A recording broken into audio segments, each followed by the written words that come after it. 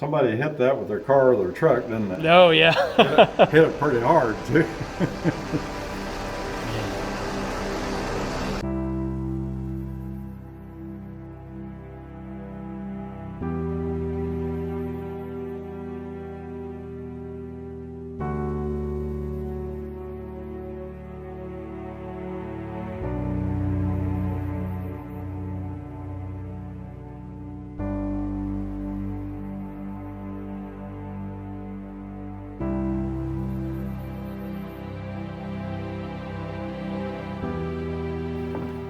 Boyd's 25 years older than me, and Audley's 6 years older, and I'm 24 years older than Troy. When I was talking to Mary Lou there, what she said, 2017, I think he died. This was kind of interesting. This guy, it's west of Logansport. His dad was a dairy farmer and sold LP. And the son graduated from,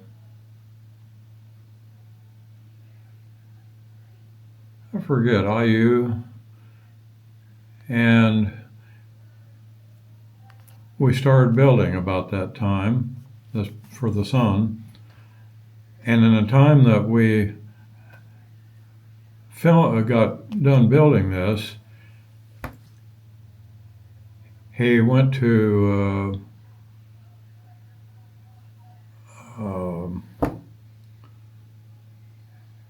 polygraph school to be a lie detector. Got married, had a daughter, and divorced. All in time it took for us to build that house and get out of there. Wow. I haven't recited that for a long time. I think I got it in the right order there. Oh, I became a preacher. Yeah. After the lie detector, he went to seminary. Became a preacher. And I think he moved. I think his dad's still holding on to the house there. I told you over the years that this is the kind of funny things that you end up learning about people. We still have newspapers here in Fountain County, and they publish a pay scale. Everybody from the sheriff to the prosecuting attorney to a truck driver and the part-time job of running a polygraph. And the Ellis is the one that we had a hard time finding. That's right close to the state line. He was a wedding photographer, and I forget what she did, but her brother farmed where we drove in all those barns full of cattle. That we couldn't find anyone? Her brother. Mm-hmm. But they put a tin roof on it since then. When we first put black paper, and we put some lath on there to keep the wind from blowing the black paper off, until we finally put the cedar shake shingles on, and evidently they rotted away, and so as we saw a while ago, they put a steel roof on, a green steel roof. And this is Schumann's. They live in between Buck Creek and Americus. Your mom lives on 900. If you follow 900, go past 38 and keep following up, it'll take you to Buck Creek. And this is, you can't see this, it's up on a hillside way back, but we built that a long time ago. He owned the Parkside Deli right by Columbian Park. Ran that for a number of years. And I showed you that was his brother that was also a custom-built developer, regular houses. And but he worked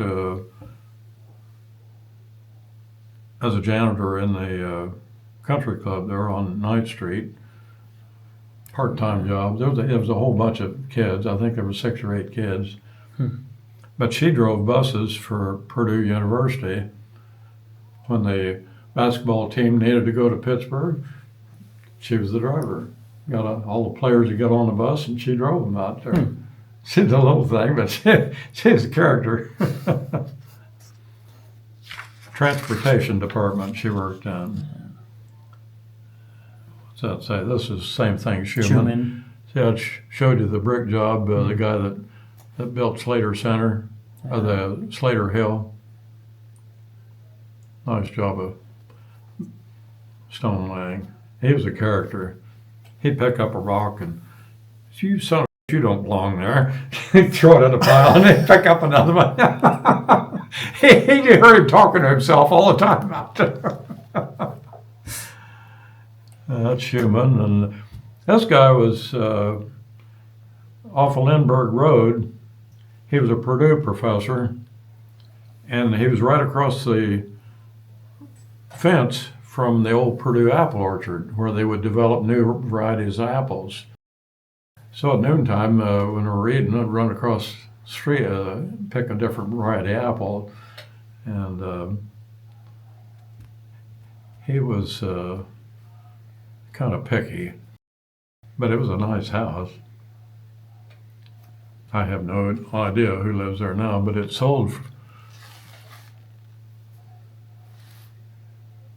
$429,000 is what they're asking. And that's been 10 years ago. This is Bill. He lives north of Hillsboro. He was a narc with the state police. He wore jeans and Black Widow t-shirt, and he'd come rolling in with a junker car with the hubcaps off, and he'd go out and smoke pot with the guys and then bust them later. Wow. And his wife was a school teacher, so they were interesting. And I didn't get to this one. We were at the intersection of going south on 63, and they had these temporary stoplights up there where we turned to go to Foster. Well, back north on 63, this house, and I can't remember how to get to it, but it was 30 foot by 80 feet long. I ought to put dates down in there. I don't remember when that was, but this is down Versailles, Kentucky, which is west of Lexington. And this was Boyd's younger son, Bill. We built for him down there.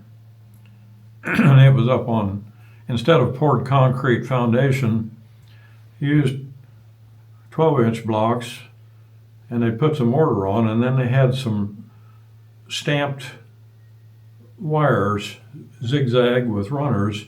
You'd bury that in the mortar and put another block down on top of it, so it held everything together. It's the only time, instead of using re-rod, this was a stamped mesh wire that was the right width for the blocks, and it embedded so it helped prevent if the ground settled a little bit, it'd hold together. Other than that, it was just a lot of roof to put up there. Getting back to Schumann's, they showed you back here that we built a cabin and a house. We built a cabin first. There's a little loft in there, and they've got a bed up there. But you can see how the board's not very tall, but you can tell it's plenty enough room up in the attic for a house or a bedroom. And we didn't have any log houses to build for a while, so I started working for this guy, and we built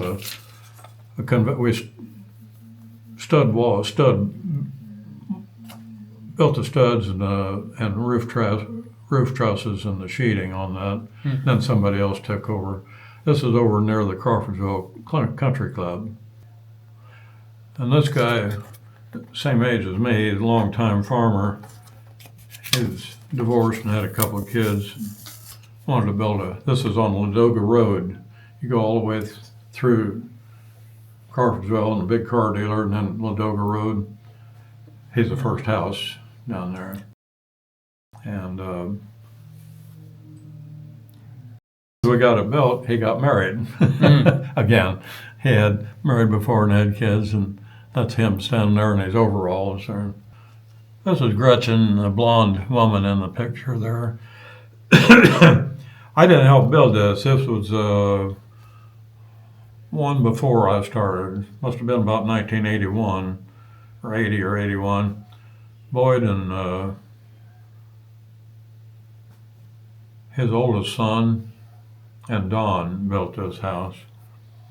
But then I went up later and we boxed in the screen porch and as you can see there, and I built a picket fence for her in her front yard with a swinging gate, and then she married a lawyer finally, had a lot of money, so they built an L-shape addition off the side there. And they lived there for 8 years maybe, and I sold it, and I can't get a hold of her now. They don't want to be found. So I met the new owners, but they couldn't get a hold of her either. So I don't know what the hell. This is over by the potholes in Warren County, right across the road.